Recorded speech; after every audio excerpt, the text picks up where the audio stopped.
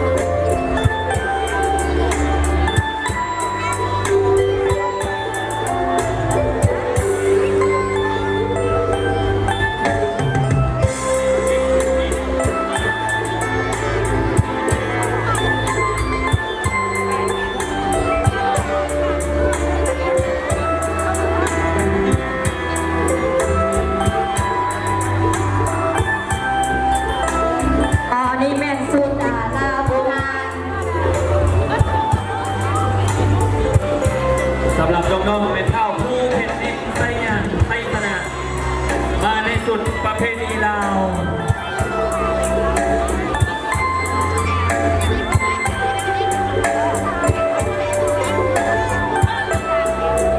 นี่ถือว่าเป็นสุดประเพณีลาวมีผ่าแพร่ตาโลเบียนแพร่กับเป็นเอกลักษณ์หนึ่งเวลาดูถือกันมาหน่อยรู้สึกว่าจะเข้ากับสุดลายจะเป็นผ้าสอดเดียวที่มีหลากลายออกลายสีทองนี่แม่นางสุภูวอนอีคู่มาในชนเผ่าผู้ไทยที่สวยสดงดงามเนาะ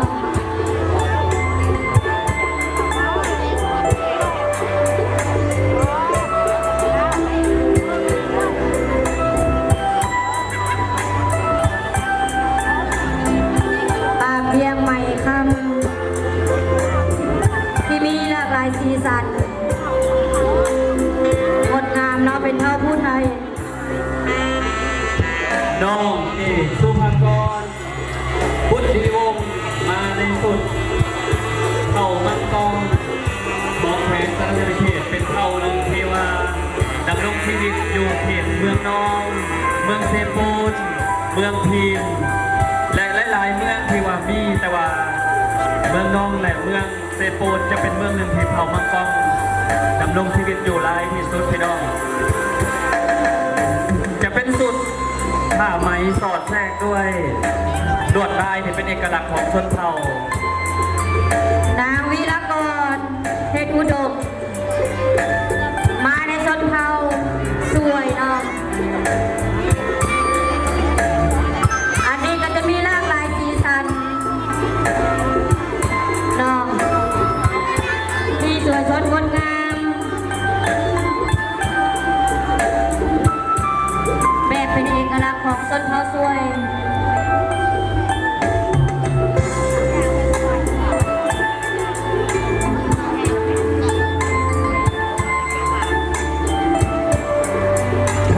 ไซสนะพรบุภามาในสุด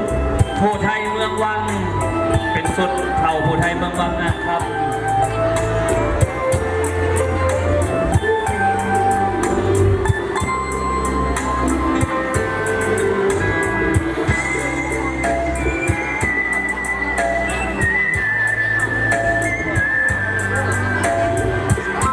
งดงามหลายเนาะ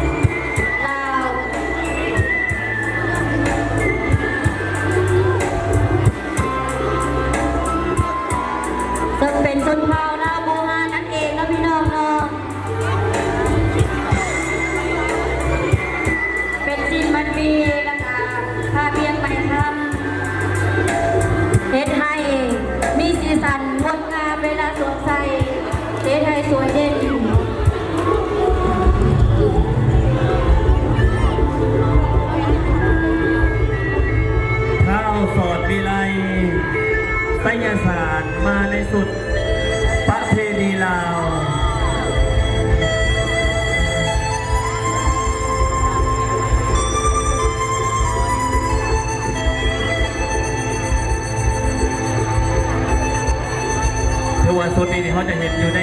พิธีการแต่งดอกกับพี่น้องเนาะสุดประเพณีเราในใส่การใส่สุดแบบนี้จะเป็นงานทำแขกผู้ใหญ่อะไรต่างๆที่จะใส่สุดนี้ นางเอมมี่สีพวันมาในชุดมังกรซึ่งเป็นชุดที่มีหลากหลายสีสันสวยสดงดงามเป็นเอกลักษณ์ของเผ่ามังกรนั่นเองเนาะพี่น้องน้องมันจะมีหลากหลายลายคือเป็นลายใหญ่ๆเต็มโตเลยเนาะอันนี้คือเป็นเวลาเราเนี่ยเบิ่งแนวหูได้เลยมันเป็นชุดมังกรเนาะที่แตกต่างจากชนเผ่าอื่น โดยเฉพาะแม่ลายนาคเนาะ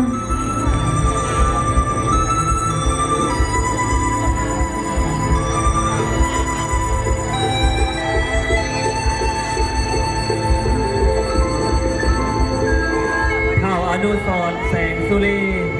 มาในสุดบลูให้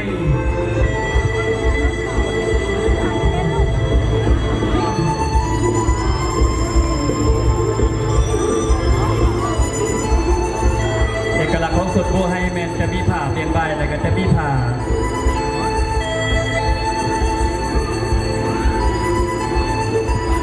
ครับ น้ำมุงยี่คำโพสีมาในชุดกระต่าง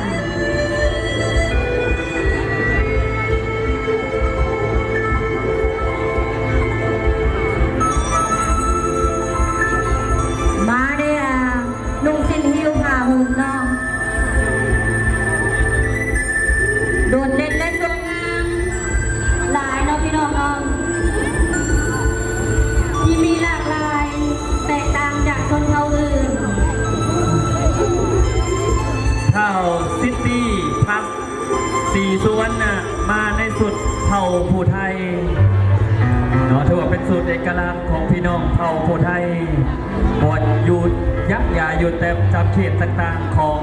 แขวงโซนเขตหรือว่าหลายแขวงในประเทศลาวเรา จ้า